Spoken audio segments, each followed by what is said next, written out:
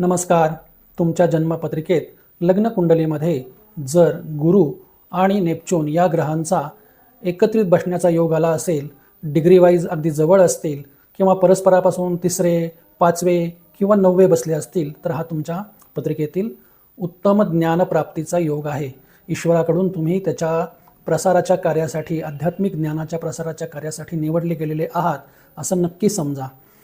तुम्हाला अध्यात्मज्ञान प्राप्त होणं, गुरुकृपा होणं, जलप्रवास घडणं, हातून धर्मकार्य घडणं, धर्मप्रसाराचं कार्य घडणं, हातून उत्तम साधना घडणं, जप, जाप्य, ध्यान, धारणा, वाचन घडणं असे योग या योगामध्ये येतात.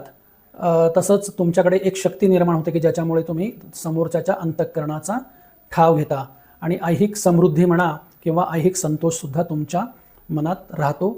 तशा प्रकारचे अनुभव अशा व्यक्तींना येतात. हरिओम.